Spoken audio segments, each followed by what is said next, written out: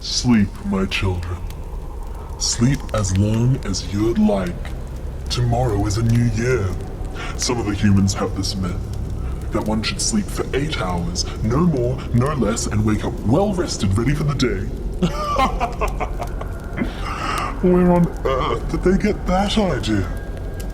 Well, I didn't tell them. The fact of the matter is that sleep is more complicated than that. For an adult aged between 18 to 64, the optimal amount of sleep per night is between 7 and 9 hours. Now, that doesn't mean that you can all be going out and getting 7 hours per night and feeling well rested. The range is given as a range for a reason. Outlying circumstances sometimes mean that an individual will need as low as 6 or as high as 10 per night to feel well rested. Some adults need only 7 hours a night, while others require the full 9 or 10 to function well. Factors that may influence your optimal amount of sleep include genetics, how physically demanding your job or hobby is, and whether you're recovering from an injury or illness. I need 9 hours of sleep a night to feel well rested, and it took me years to be okay with that. I felt a lot of guilt around needing 9 hours of sleep. I felt like I don't know, was being greedy or lazy or something. I think you get a lot of messages from society around what that means. The moment that I allowed myself to feel okay with needing 9 hours of sleep was this one day I was watching a video on YouTube by this world-class rock climber. It was an FAQ video and he was answering some questions that fans had given him, and someone asked what his ideal day was in terms of eating and training and sleeping, and he said firstly he made sure that he got 9 hours of sleep every night. That wasn't a treat, that wasn't like just on the weekends or on holidays, that was all the time. 9 hours of sleep, he made sure he got that. And that was just mind-blowing to me. Like, here was this person who was, by all intents and purposes, very successful, and I realize there's a lot of problematics surrounding that, like what is success under capitalism, and what is productivity under capitalism, and is that a thing that we should be striving for, or should we be able to refigure the way we view the world and maybe not judge people so much on the way that they spend their time. But all that aside, it was awesome, fantastic for me to see that here was a person who was doing really well at life and was living his best life, and he got 9 hours of sleep a night. He worked that into his schedule and he was open about it and proud about it. And it seems so weird to me now that was even a thing I was struggling with. But at the time it really blew my mind, and I went, oh, like, I'm allowed to ask for that, I'm allowed to advocate for that, I'm allowed to need that, and that's all right. I myself am blessed enough to not need any sleep. Well, I'm fortunate enough. Blessed might not quite be the term.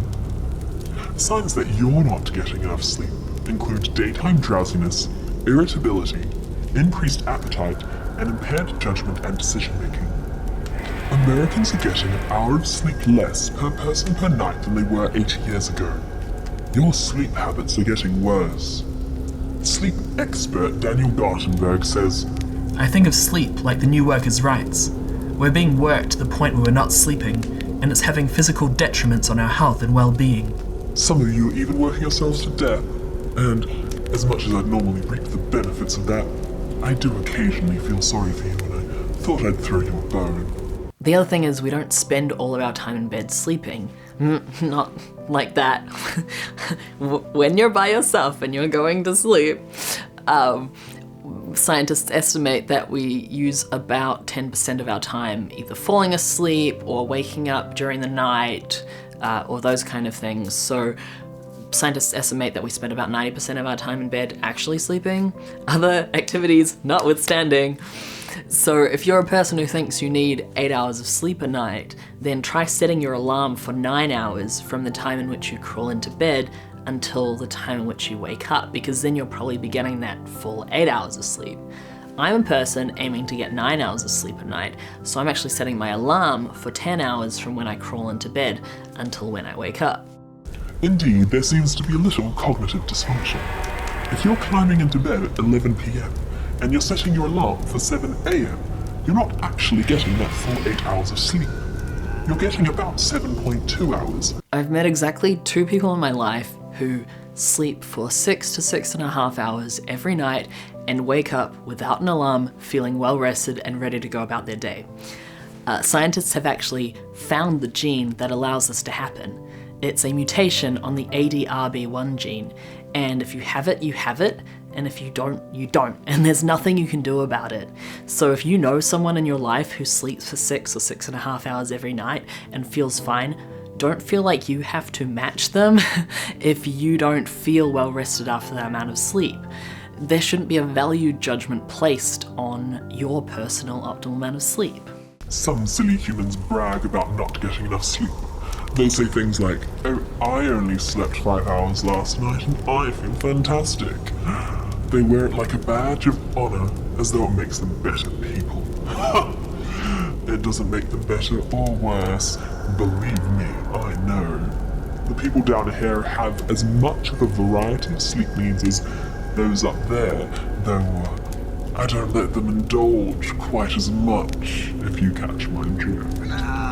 Oh, go on, sleep as long as you'd like. I've been very busy this year. I think I'll take 2021 off. I hear the surface of Venus is quite nice.